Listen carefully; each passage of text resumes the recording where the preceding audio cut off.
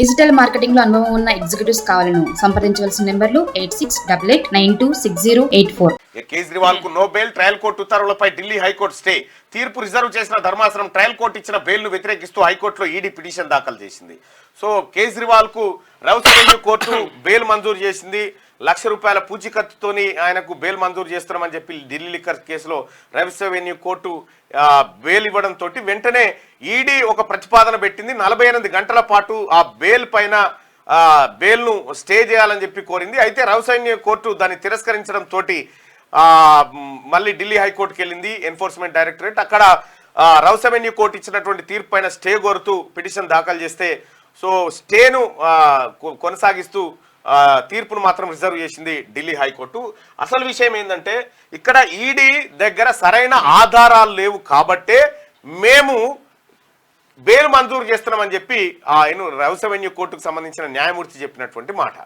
అయితే మా దగ్గర అన్ని ఆధారాలు ఉన్నాయని చెప్పి ఈడీ మళ్ళీ హైకోర్టుకు పోయింది. సో కింది స్థాయి కోర్టునే ఆధారాలతో మెప్పించలేనటువంటి ఎన్ఫోర్స్మెంట్ డైరెక్టరేటు ఏది హైకోర్టును మెప్పిస్తుంది అనేటువంటి ఆశనైతే పెద్దగా ఏం లేదు. సో ఇక కవిత జ్యుడిషియల్ కస్టడీ జూలై 5 వరకు కూడా ఇంకేం ఉంచుకుంటారు, పంపించకపోయారా? ఎలక్షన్ అయిపోయింది, పంపించేది. కవితని పాపం ఎక్కడెక్కడి ఓలు పోయిరు. నిన్న మొన్న పార్టీలు చేరిన ఆఖరికి ఆర్ఎస్ ప్రవీణ్ కుమార్ కూడా పోయి చూసి వచ్చింది. కానీ కేసీఆర్ పోయి ఇట్లా ఎట్లునో బిడ్డ అని పలకరించిన పాపాన బోలే. ఆడికి జైలు కాడికి పోయి ఎట్లునో బిడ్డ, ఏం కథ, ఏం తింటున్నావు. అయితే ఇటీవల కాలంలో అయితే నాకు అంటే కొద్దిగా కేంద్రంలో ఉన్నటువంటి కొంతమంది పెద్దలతో మాట్లాడితే అప్పుడు ఆమె ఏం చెప్తా ఉందంటే కొద్దిగా పిస అయినట్టు, నాకు ఇది కావాలి అది కావాలి, చిన్నపిల్లలు చేసిన అంటే మెంటల్గా డిస్టర్బ్ అయిపోయింది కాబట్టి బెయిల్కు అప్లై చేసుకోవాలి ఆ రకంగా అనేటువంటి ఒక వాతావరణం సృష్టించిందట. అయితే ఆ ఉన్నటువంటి ఆ కేంద్ర మంత్రి గారు ఏమంటాడంటే ఐసా నైవోతా భాయ్ సాబ్, ఆఖరికి తెలంగాణ ప్రజలకు వాస్తవానికి కూడా ఇప్పటికి కూడా మనం ఒక పోల్లో చూసుకుంటే పోల్ పెట్టి చూసుకుందాం. ఇది ఒకసారి రైతాంగాన్ని ఆదుకునే పార్టీ ఏది అంటే మనం ఒకసారి రిజల్ట్ చూద్దాం. దాదాపు 88% మంది ప్రజలు కాంగ్రెస్ పార్టీయే రైతాంగాన్ని ఆదుకుంటుందని చెప్పినటువంటి మాట. సిపిఎస్ టు ఓపీఎస్ త్వరలోనే అవుతుంది బాయ్ సాబ్, మీరు ఎవరు కంగారు పడాల్సినటువంటి పని లేదు. అయితే కవిత విషయంలో ఒక చిన్న పోల్ చేద్దాం.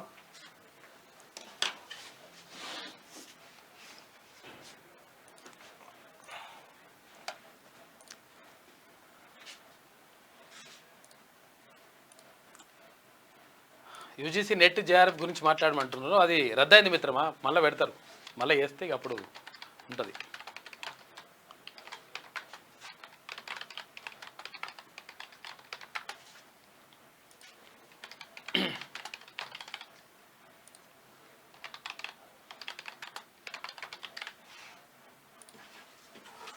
అంటే మనం విడుదల చేయమంటే విడుదల చేసేటువంటి పరిస్థితి ఉండదు. కానీ కాకపోతే ఏంటంటే మీరేమనుకుంటారు అభిప్రాయం, కవితను విడుదల చేయాలా జైల్లోనే ఉంచాలా?